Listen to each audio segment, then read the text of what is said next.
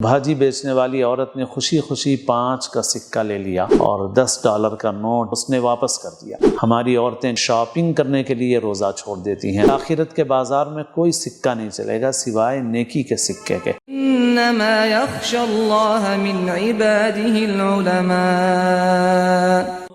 بسم اللہ الرحمن الرحیم، الحمد للہ رب العالمین، والصلاة والسلام علی سید الانبیاء والمرسلین۔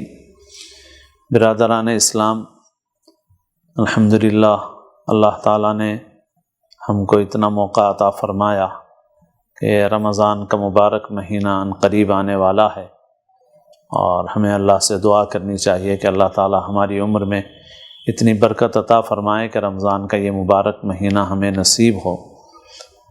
اس مبارک مہینے کی صحیح قدر کی ضرورت ہے۔ یہ نیکیاں کمانے کا مہینہ ہے، مگر حقیقت یہ ہے کہ ہم کو نیکیوں کی قدر نہیں ہے۔ ہم نہیں جانتے نیکی کیا ہے۔ ایک تمثیل عام طور پر عرض کرتا ہوں، وہی آپ کی خدمت میں عرض کر رہا ہوں کہ روپیہ، پیسہ، ڈالر، ریال، ساری کرنسیاں ہم کو معلوم ہیں، مگر نیکی کیسی کرنسی ہے اس کا ہم کو پتہ نہیں ہے۔ اس کو ہم ایک تمثیل سے سمجھیں کہ ایک آدمی مثلاً امریکہ میں رہتا ہے، وہ کچھ دنوں کے لیے حیدرآباد آیا اور یہاں وہ بازار میں گیا اپنا سودا خریدنے کے لیے، اور اس نے مثال کے طور پر ایک 5 روپے کی بھاجی خریدی، اور اس نے پیسے دینے کے لیے جب جیب میں ہاتھ ڈالے تو اسے پتہ چلا کہ جیب میں اس کے روپیہ اور انڈین کرنسی نہیں ہے، اور وہ ایکسچینج نہیں کروا سکا۔ تو اس کو فکر لاحق ہوئی کہ کیا کروں، بھاجی واپس کرنا پڑے گا، سودا واپس کرنا پڑے گا۔ اس نے جیب میں دیکھا تو اس کو ڈالر کا نوٹ موجود تھا، $10 کا مثال کے طور پہ۔ اس نے ادھر ادھر ڈھونڈا، جب کچھ نہیں ملا تو اس نے وہ ڈالر کا نوٹ بھاجی بیچنے والی دیہاتی عورت کو اس نے نوٹ دیا اور کہا کہ اماں روپیہ نہیں ہے میرے پاس، یہ لے لے۔ تو بھاجی بیچنے والی عورت نے اس ڈالر کے نوٹ کو ہاتھ میں لیا، الٹ کر پلٹ کر دیکھا اور کہنے لگی کہ صاحب یہ کیسا کی دکھ رہا، نکو میرے کو آپ 5 روپے دے دو۔ تو اس نے کہا کہ اماں یہ 5 روپے سے بھی بہت قیمتی ہے، بعد میں تو بھی یاد کرے گی، خوش ہو جائے گی۔ مگر اس نے کہا نہیں صاحب، اب تک میں یہ نوٹ نہیں دیکھی، آپ میرے کو 5 روپے دے دو۔ ارے اماں 5 روپے سے بہت زیادہ قیمتی ہے، یہ بعد میں خوش ہو جائے گی تو رکھ لے۔ اس نے کہا نہیں صاحب، اگر ایسا ہے تو آپ میری بھاجی واپس کر دو۔ تو اس شخص نے سوچا کہ بھاجی واپس کرنا پڑ رہا ہے، پھر اس نے جیب میں ادھر ادھر ڈھونڈا تو اس کو 5 روپے کا ایک سکہ مل گیا۔ تو اس نے وہ 5 روپے کا سکہ نکال کے دیا۔ تو بھاجی بیچنے والی عورت نے خوشی خوشی 5 کا سکہ لے لیا اور $10 کا نوٹ جو اس کے ہاتھ میں تھا وہ اس نے واپس کر دیا۔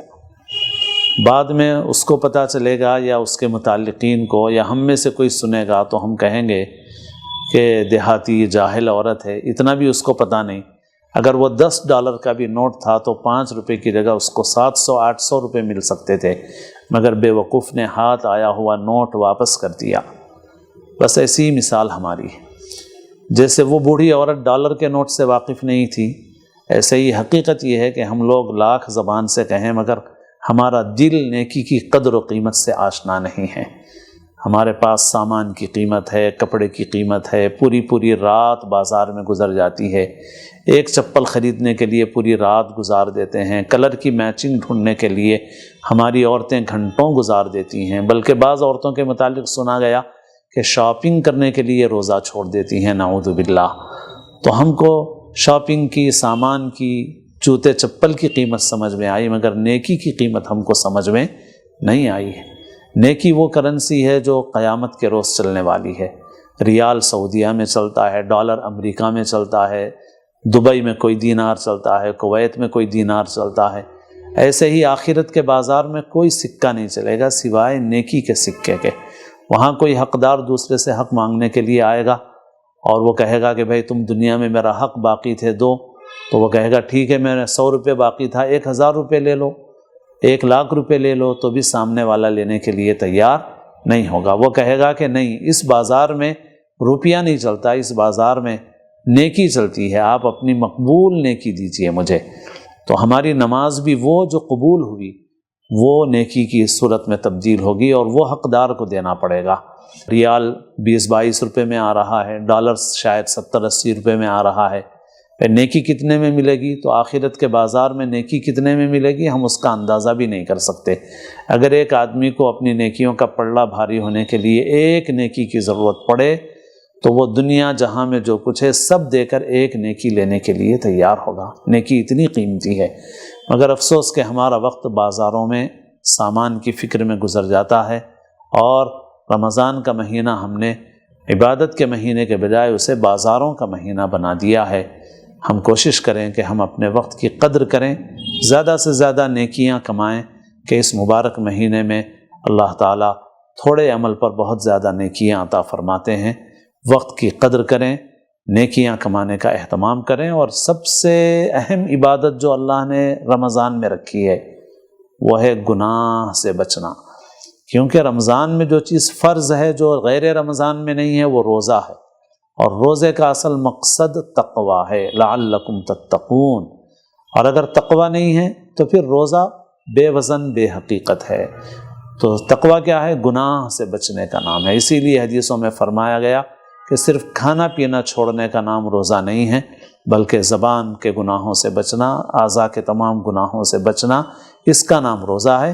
اس وجہ سے عبادتوں کے اہتمام کے ساتھ جس چیز کی سب سے زیادہ فکر کرنے کی ضرورت ہے وہ ہے کہ ہم ہر قسم کے گناہوں سے بچیں۔ ایسا نہ ہو کہ 11 مہینے اتنی باتیں نہیں کرتے تھے جتنی ہم رمضان میں کر رہے ہیں، اتنی بیٹھکیں ہم رمضان میں کر رہے ہیں، غیبت کر رہے ہیں، اور اسی طرح دوسرے گناہ کر کے اپنی نیکیاں ضائع کر رہے ہیں، تو پھر ہمارا رمضان بے فیض ہو جائے گا۔ اس لیے ہم وقت کی قدر بھی کریں، گناہوں سے بچنے کا پورا اہتمام کریں، اور بالخصوص امت کے جو حالات اس وقت ہیں، اس مہینے کو ہم رجوع اللہ کا مہینہ بنائیں، توبہ کا مہینہ بنائیں، اور توبہ بھی صرف ان حقوق سے نہیں جو اللہ سے متعلق ہیں، بلکہ بندوں کے حقوق سے متعلق بھی بہت فکر کرنے کی ضرورت ہے۔ ہم لوگ زکوٰۃ، صدقہ، خیرات اس کا بہت اہتمام کرتے ہیں، مگر اس سے بڑھ کے جو چیز ضروری ہے وہ ہے جس کا حق باقی ہے اس کو حق دو۔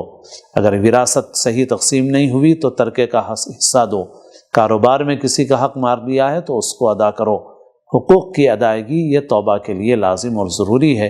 اللہ تعالیٰ اپنے فضل سے، اپنے کرم سے ہم سب کو رمضان کا مبارک مہینہ نصیب فرمائے، اور دین کی ان باتوں کو علماء چینل کے ذریعے سے پہنچانے کی جو کوششیں کی جا رہی ہیں، اللہ تعالیٰ اس کو امت کے لیے مفید بنائے، شکوک و شبہات سے اور ہر قسم کی گمراہیوں سے امت کی حفاظت کا اللہ تعالیٰ اس کو ذریعہ بنائے، اور ہمارے برادران وطن میں پھیلی ہوئی غلط فہمیوں کے ازالے کا، اس کے دور ہونے کا اللہ اسے ذریعہ بنائے۔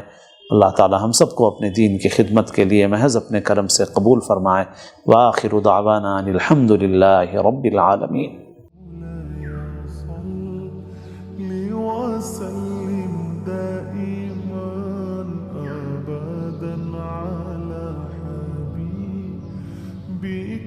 خير الخلق كل